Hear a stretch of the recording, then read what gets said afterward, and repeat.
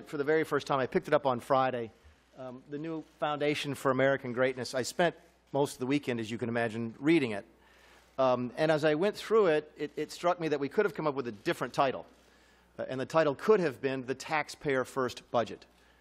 Because the first time, in my memory at least, this is a budget that was written from the perspective of the people who actually pay for the government. And we went line by line through what this government does and asked ourselves, can we justify this to the folks who are actually paying for it?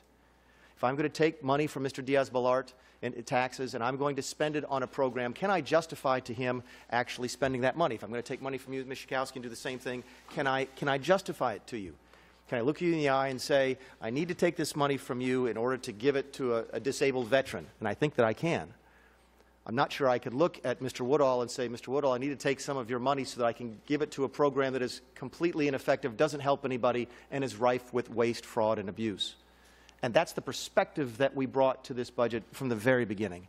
And maybe that's what's new about the new Foundation for American Greatness budget. The other thing that's new, by the way, is that it does balance.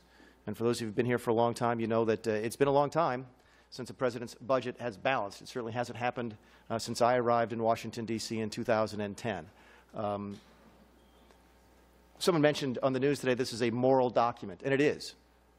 And here's the moral side of it. If I take money from you and I have no intention of ever giving it back, that is not debt, that is theft. If I take money from you with an intention to pay it back, and I can show you how I intend to pay it back, that is debt. And what we've been doing for too long, both parties, by the way, in this city, have been taking money from people without laying out a plan for how we're ever going to pay it back. And we